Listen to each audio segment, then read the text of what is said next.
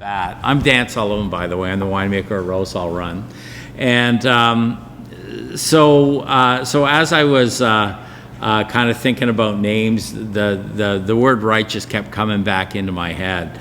And so after concluding I couldn't call it the Righteous Brother, I was up in a hotel room up in Ottawa on some business, and I just finished doing my emails, and I was thumbing through all the things, and Ferris Bueller's Day Off came on. And it was the scene where the secretary is saying, all the geeks, the weirdos, the stoners, they all think Ferris is a righteous dude. And then the minute that I heard that, I said, that's it. It's the Righteous Dude. So that's the name. And I sent, since I was, and then after I thought about it a bit, and I was thinking about the Big Lebowski, and I thought I might call it White Russian, but people. So actually I have another Riesling coming out, and I have a working title for it that's top secret right now.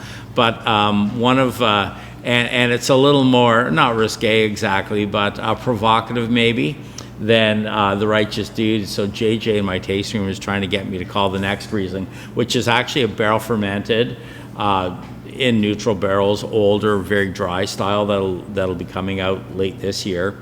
The Dude Abides. So we may have the Righteous Dude and the Dude Abides. I'm not sure, but anyway. I guess that's maybe a good way of kicking things off. So I on the way over here, I stopped at. We'll wait for these folks to come in. I stopped at the cider company, and the late Grant Howes, they're having a memorial for him today, and in typical Grant House fashion, it's quite a party. So if you have some time, drop by to the Apple Blossom Festival out in Wapoos on your way back and do the horn trip, as we like to call it here in the county.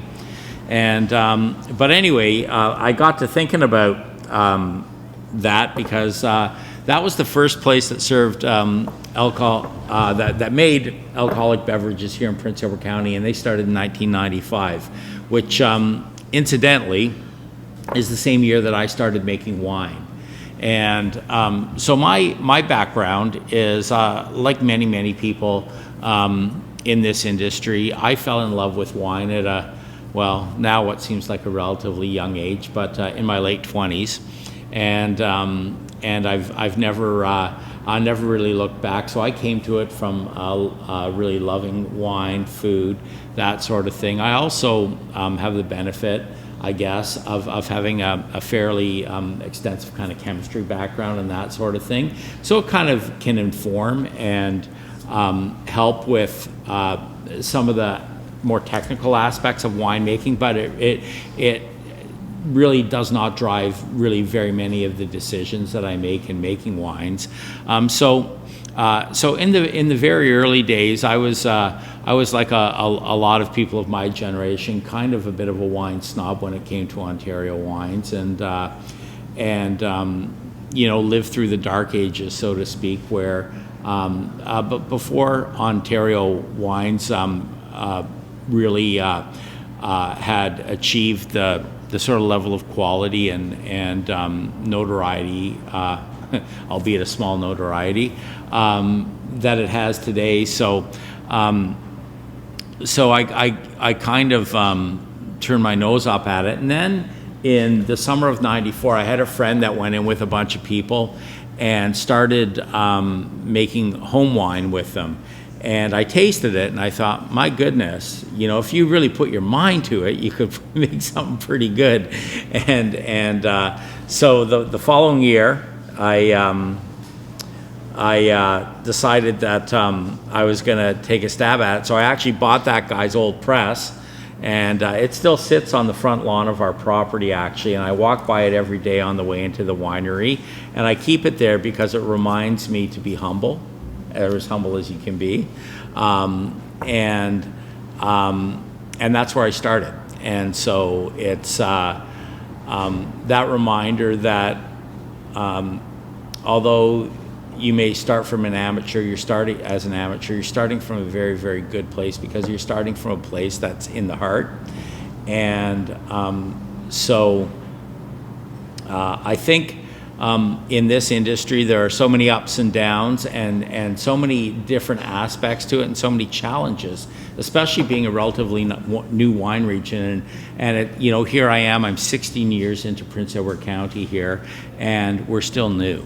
And so that's the thing about wine is it's a very long, slow developing process, and the journey never ends.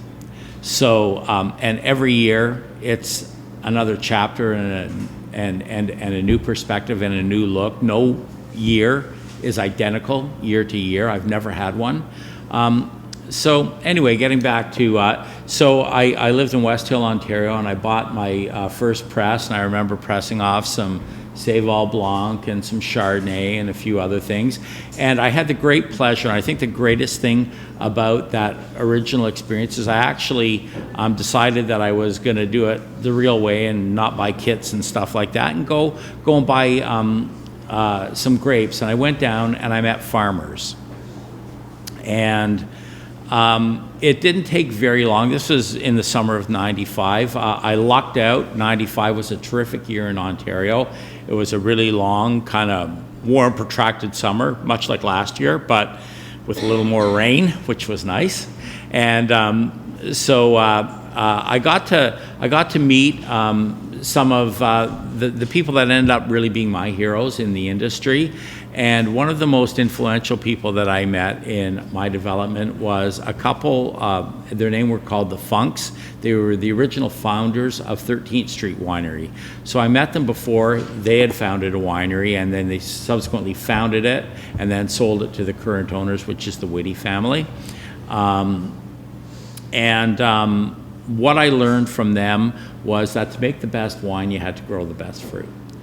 And so I continued on my amateur wine career for nearly a decade before I started producing anything commercially. So I did my first crush in 1995, and in 2004 I did my first commercial harvest at Rosehall Run. So we put the first vines in 2001, 2001, 2, and 3. I had a very small amount of fruit in 3 where I did a little bit of fooling around.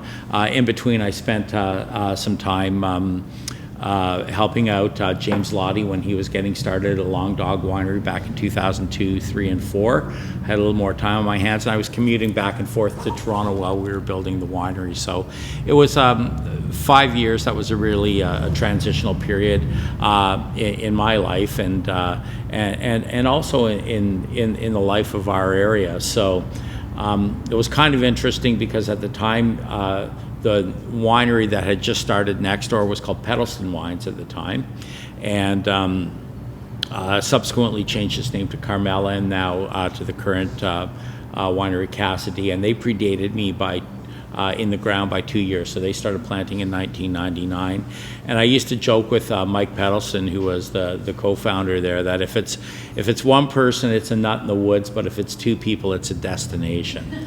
So I made the place a destination. What can I say?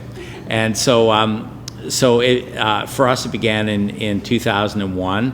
That year was a pretty significant year in Prince Edward County sort of growth history. It was the same year that us, the Grange, Huff Estates, and Black Prince, I believe, all put vines into the ground. So that pretty much doubled the number of people that had grapes in the ground up until that point. So there's something really gratifying about taking something that you remember being a hayfield and seeing it transformed into something that it is today. And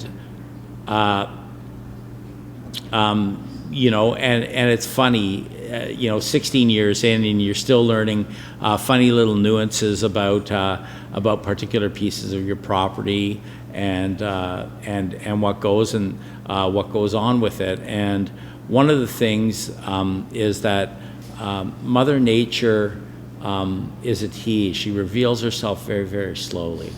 And so what I'm finding and sometimes, you know, you're doing things based on instinct and what you think is a best guess and what might work the best. But the thing is, you never really know until you're a few years in whether it really works or not. And I sometimes ask myself the question, what would be easier? Would it be easier to be, or harder, to be the 10th generation of a family that is continuing in the history of something and having all the people that came before you to live up to and the region to live up to, but sort of have yourself pretty set in that, you know, the people know your region, know your place, you know, your market is pretty much guaranteed? Or is it more difficult to do what we did, and that's be a pioneer? And you know, start, as I said, you know, when I hopped on my tractor in 2001, I prayed that I wouldn't kill myself, the plants, or other people.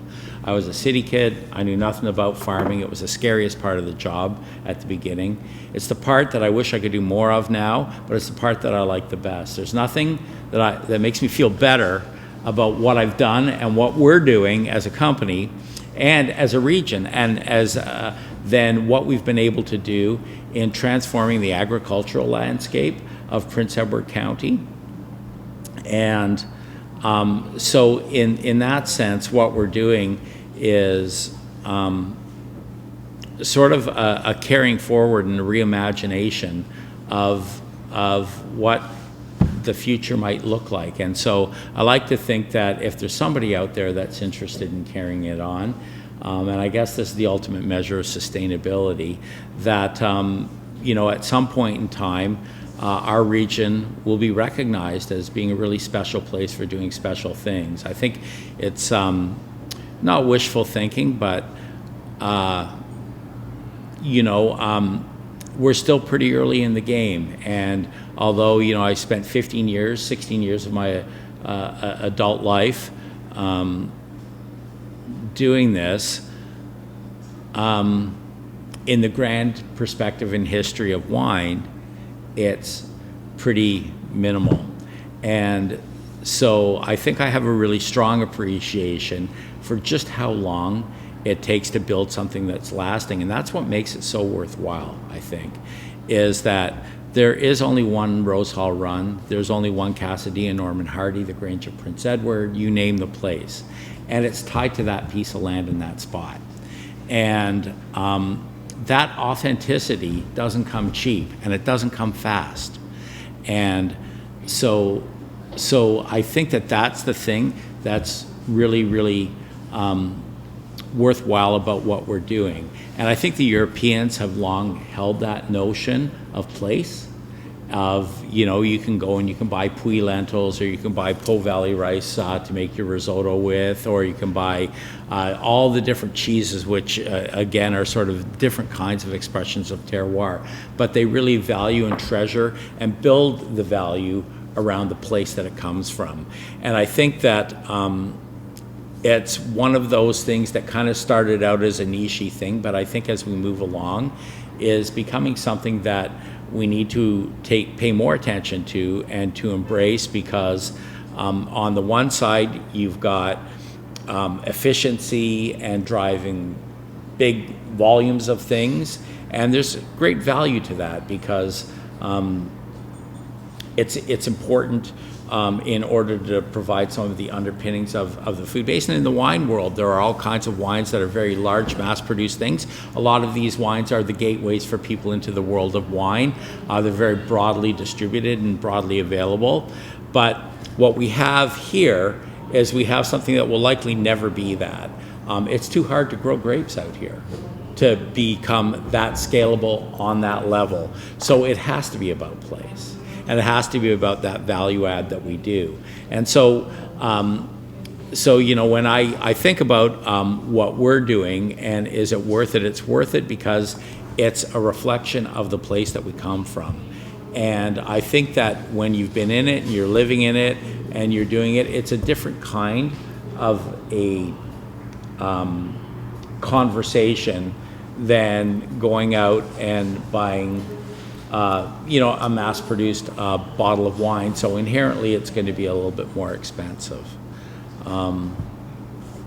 So in 2001, the first vines went in, first crush in 04, opened the wine store in 2006. If we built it, they would come, sorta. And then, so over the ensuing 10 years, we've kind of grown. We're up to about 25 acres of vines now. I'm just about to bottle my very first, so there's always something new and exciting going on. So I'm about to bottle my first fully estate grown, Sauvignon Blanc and Pinot Gris from the property. So they'll be available in June. We've recently launched our sparkling wine program in earnest. And it looks like our Pixie seems to be just kind of taken on a bit of a life of its own. Well, it's a quadruple threat. It's pink, it's fizzy, it's off dry, and it's called Pixie. So. And it looks great on the shelf. Yeah. So anyway, so yeah, those are kind of some of the things. But again, it all comes back to the original precept of what brought me here was I was looking for land down in Niagara, and what brought me here was when I pulled up to my neighbor's driveway and I looked down at the ground and I looked up at my partner Lynn, and I looked back down at the ground, and 3 months later we owned the property next door, and it was about the soil. And Prince Edward County really does have a special place, particularly for the Burgundian varietals, I think. And I think that one of the things that's really interesting about where we come from is the New World notion is that, you grow everything and you sort of be all things to all people. And I think that is slowly evolving and starting to change, not just in Prince Edward County, but in Ontario at large. And I think we're coming to the conclusion that there's certain things that we do better than other things, and certain sites that do things better than does one varietal better than it maybe does another varietal. And so I think we're moving away from being all things to all people to becoming somewhat of a specialist. And I think that was one of the really great things that was good about Prince Edward County, was that it really imposed a certain type of discipline on us to focus on what we could do best. I'm not going to ripen Cabernet Sauvignon, at least not most years. So I didn't really think about planting it. In fact, I was very skeptical about Cab Franc. Turns out Cab Franc can do pretty well here, so I stand corrected. But really what it was about was growing Chardonnay and Pinot Noir. And I think that decision that was imposed upon us was a very important one, because it focused us quite early on in the game at what the brass ring was, and I think that there's a good number of us that are out there pursuing it. And I don't think I consider anybody out where I am a competitor. If we're all on our game making good wine, then it makes our region a more desirable region to be, and it makes visiting everybody more worthwhile. The big danger is having something where it's unfocused, or the experience is poor for somebody, or those sorts of things. Of course, they're all individual enterprises, so people will offer the best experience in the way through the prism that they think is best. But the most important thing is that we offer a good experience for everybody, and so I think if you're doing it the way that we're doing it, it's about trying to make really good wine. So I like to say that I made all my big mistakes in the basement 10 years before I started professionally, and but that's the thing, you're not going to hit a home run every year. The years and being out on the edge where we are doesn't lend itself to having perfectly, there's something boring about perfectly ripe vintages. They kind of taste good, but they're like a line of of limousines. You look at one, it's a pretty impressive thing to behold, but if you're looking at 50 of them in a line, it's kind of boring. And so if I have any beef about the modern wine world, it's that all those wines that you kind of find between the $15 and $25 mark that are being made in hot countries, a lot of them have that sort of notion of being a black limousine that's that's kind of sleek and polished, but they all kind of look and taste the same. So, and I can guarantee you don't get that in Prince Edward County. So, so anyway, I'm here to answer any questions if any of you have them about what it's like to be out here. So, if you have any questions, go ahead and shoot. And talk about May 23rd, 2015. How did that impact Rosehall? Well, it was probably the saddest day I've experienced as a grape grower. So mi mano derecha, Jose, and I have worked together. He started with me in 2003, so this is our 14th season together. And I've never seen him cry, but I saw him cry that morning. And so it was a rough day. And what I think, looking back on it, aside from the fact that it was, it certainly appeared that it was shaping up to be a really, really good vintage for us. So, in monetary terms, it's hard to monetize it exactly, but just on the straight grape value, it was $250,000. And then when you take a look at losing a vintage, it's over $1 million. So, but I think the thing that was most kind of disheartening at that point was that I felt that we couldn't have an honest dialogue with the public about what had happened, because we're still at a point where we're trying to justify our existence as a wine region, and that I got the feeling that if we wore it on our sleeves and talked about it, that people would see, I told you they couldn't grow grapes out there. And for me, feeling that I need to be that defensive where, and my heart goes out to the people in Burgundy and the Loire Valley for what happened last year, and also for what happened in Champagne this year. When they lose a crop, it's sad, and it is poignant and powerful that they that they have, and so thanks, cheers. And so so in that sense, I'm hoping that we can get to legitimate enough a place that we don't feel like we have to apologize when bad luck sort of lands on our doorstep. Having said that, you double down. We made more wine in 2016. We had a great crop, and so slowly but surely, we were one of the lucky ones. We've been around for a few years, so we had a little bit of inventory to get us through it. And so we're just feeling the pinch now, actually. So I'm bottling some of the wines, honestly, maybe a few months ahead of when I would normally bottle them. But having said that, I think that the wines are still really great reflections of what we do, and they're going to be available to people a little bit earlier. So. So in a nutshell, yeah, it hurt, but it wasn't a game ender. It also made us go out and buy fans. So. So anyway, so I mean, and that's the thing, being out here, is that it is it's risky. And I think that the big defining factor in Prince Edward County that everybody, says, well, all of those winters, they're so brutal. I actually think that one of the great things is we're, from that perspective, we're probably less at risk than my friends down in Niagara, because they don't bury their vineyards.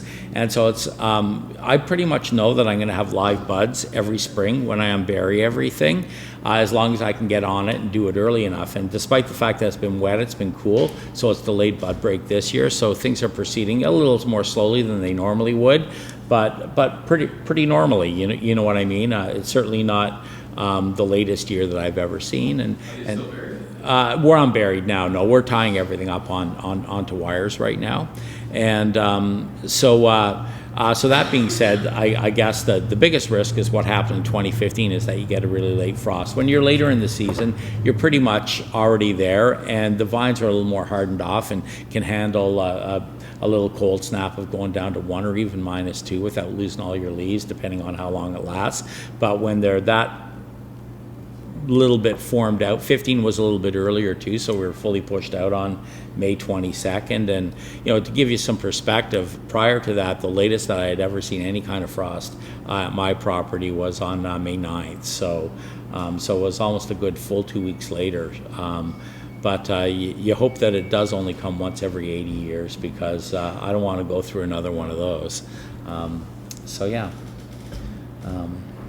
Yeah. So from my first visit to the region, Yeah. as a pub travel wineries, we keep hearing some comparison towards Burgundy. Right. In terms of soil conditions and whatnot. How much do you look towards Burgundy to learn and impart those practices in your own vineyard?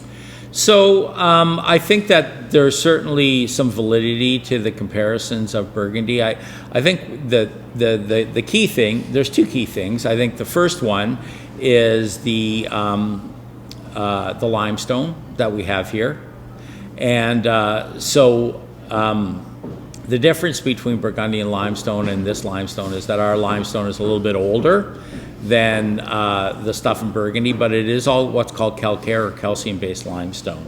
And so if you take a look at a lot of the great wine regions in the world, not just in Burgundy and here, but even into northern Spain and in a little different iteration, but into Bordeaux, they're all based on a basic soil. So, and that's meaning that it's basic in pH, so it's not acidic, and that is usually underpinned by limestone. So I don't think it's any coincidence that a lot of the great wine regions in the world follow this ribbon of limestone that seems to circle our planet. The second thing, of course, is the latitude that we're on. So we're in a temperate wine region, and we're kind of on the edge. We have just the right amount of heat units to get things ripe.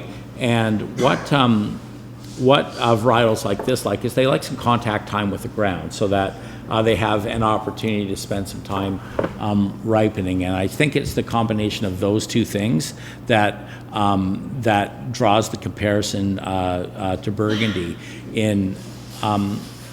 I had a barrel supplier in, and what he said is, yeah, these are Burgundian, but there's an innocence to the fruit that you guys are growing. It's almost like you're still young, and the soils are still young, and the soils are still full of potential and energy and youth, and so there's a real clarity and freshness to the fruit. And I think that that's where kind of we step a little bit apart. And when I think about the places in Burgundy, and I've drank a fair bit of Burgundy in my life, I guess, the place that this reminds me the most of is Volnay, at least at my farm.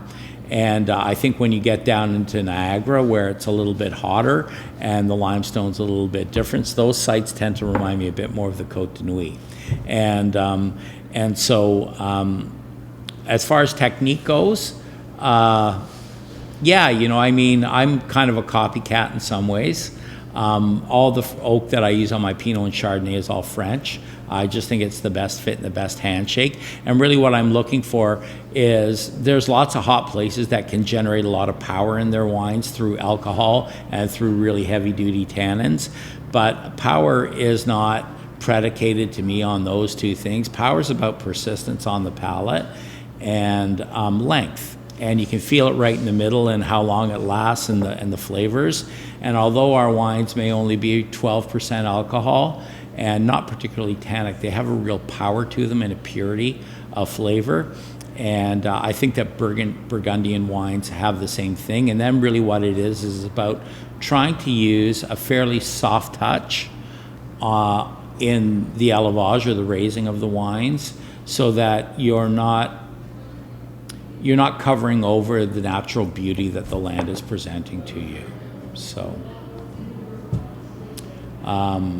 yeah, you know, I have a few places that I really admire and respect, but their fruit is different. So for me to say, you know, am I doing what somebody else is doing? Honestly, when you're in the closed doors of a cellar, who knows what different people are doing? But all I'm trying to do is trying to interpret what I have on my farm the best way that I can. And if it happens to be some of the techniques that have been employed in Burgundy, like lees and that sort of thing, then, you know, sure, yeah, you know, we're informed by that. And in talking with winemakers over there, I think that there's a fundamental way for respecting fruit and treating wines that is sort of widely regarded as being sort of best practice, for lack of a better term. And you know, do you think drawing upon those comparisons is a good way to get people to recognize the region, internationally speaking, and get people introduced to your wines, or are you guys trying to focus on Prince Edward County as its own very unique region and not draw upon well, may that be better in the long run? I think that the comparisons are going to be drawn whether we turn our attention to them or not, because we're in it doing, and then there is a whole other outwards people that are looking at what we're doing and drawing their own conclusions and comparisons. And so because we're making Pinot Noir and Chardonnay, I think that there's already a natural comparative that's being generated just in that discussion by itself. Do I actively go out and say, am I trying to? I know that Norman, for example, my neighbor, having spent a good amount of time in Burgundy, does draw a lot of comparatives. For me, having a different kind of background, I don't, because I am an Ontario winemaker and always have been. And so that's always been the sort of perspective that I've brought to what I'm doing. And but yes, I think that it's unavoidable that we're going to have some comparisons made to us about Burgundy. But I also think that there are comparisons that are going to be made about us with regards to New Zealand, Oregon, and some other places. I think that for me, the thing that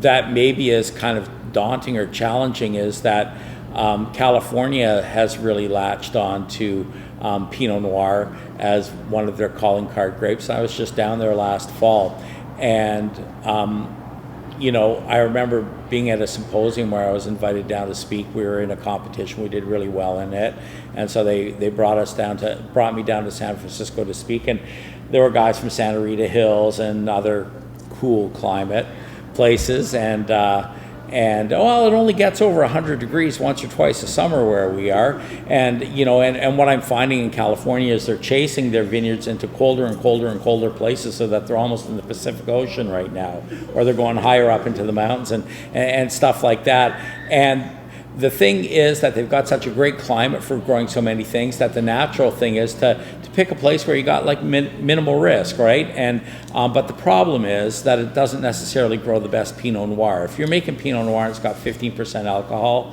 in my book, you got Pinot Noir planted in the wrong place. Because if you're needing that level of alcohol to get the fruit ripe, like the flavors right, then you should probably be planting Syrah or Cab. And but what has happened is that I think that a lot of people expect Pinot Noir to be this dark, jammy, syrupy wine, when in fact it really isn't. At least not the classical Pinot Noir like the Burgundian ones that you're talking about. And so for me, it may be skewing what people's perception of Pinot Noir is. And don't get me wrong, they're big, impressive, powerful wines, but they don't especially remind me of Pinot Noir. And yeah, you know, from that standpoint, I think you know, I see Burgundy more of a kindred spirit and less of a sort of muddying of what real Pinot tastes like.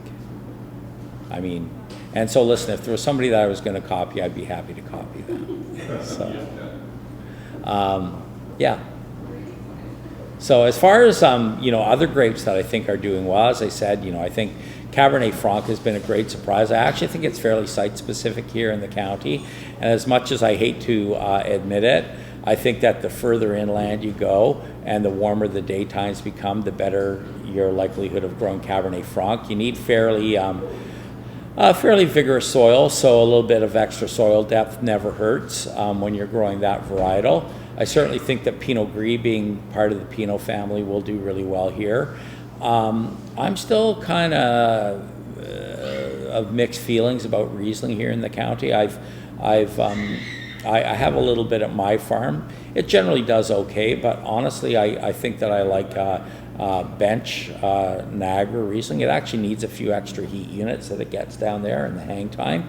And so my preference overall is for what I have that's made in the past that's been grown on dolomite. But certainly there's some good examples here in the county.